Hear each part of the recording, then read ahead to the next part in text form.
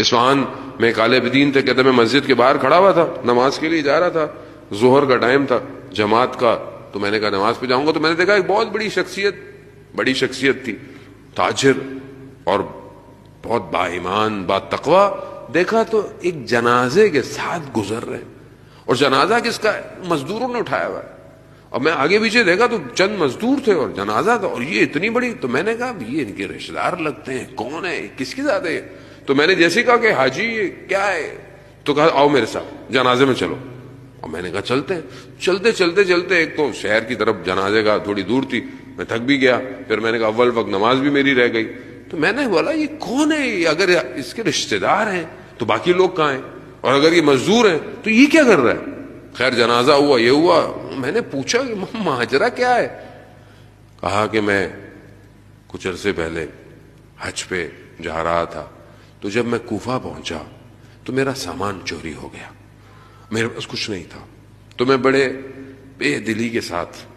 کوفہ مسجد سیلا سے مسجد کوفہ جا رہا تھا، تو میں نے امام سے توسل کیا، کیونکہ میرے پاس کچھ نہیں تھا، نہ میں آگے جا سکتا تھا نہ میں پیچھے جا سکتا تھا، تو ایسے میں سواری گزری، جب سواری میرے قریب آئی تو کوئی اور نہیں تھا، امام تھے، تو میں نے امام کی طرف، امام نے بولا کہ کیا ہوا؟ اب میری ہمت نہیں کہ میں امام سے کہوں، میں کہا نہیں، بولا تھکاوٹ ہے سفر کی، کہا نہیں کیا ماجرا ہے، پتا ہے اب یہ کہنا تھا، تو امام نے ایک نام لیا، حالو، یہ نام لیا، تو میں نے دیکھا کہ ایک شخص نمودار ہوا، جب میں نے اس کو دیکھا تو وہ اصفہان کے بازار میں یہ جو ریڑھی پر سامان اٹھاتے ہیں وہ تھا، جب میں نے اس کو دیکھا، لیکن میں نے کہا کہ یہ امام نے اس کو بلایا تو یہ کیسے ہو سکتا ہے، مطلب میں نے کہا شاید میرا وہم ہو، میں نے پوچھا نہیں، امام نے اسے حکم دیا کہ اس کا جو سامان ہے لا کے دو اور اس کو حج پہ لے کے جاؤ، یہ کہا امام کی سواری چلی گئی، وہ شخص مجھے کہتا ہے فلانی جگہ کل آ جانا، میں پہنچا، میرا سارا سامان تھا، کہا کھول کے دیکھو، میں نے کھول کے دیکھا سب موجود تھا، کہا اس کو کہیں مسافر خانے میں رکھو،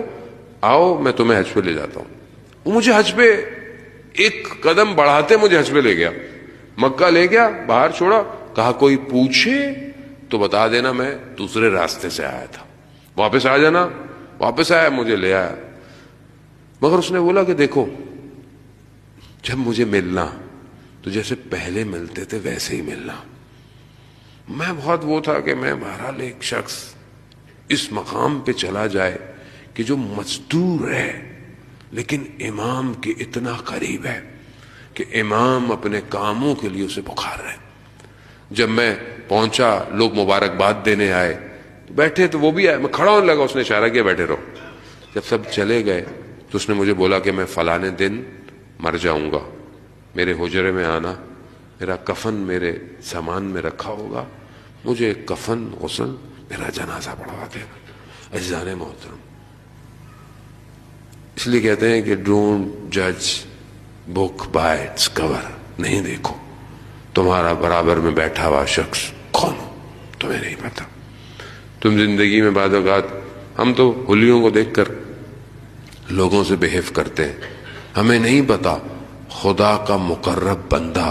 کون ہے۔ عزیزان محترم، اگر ہم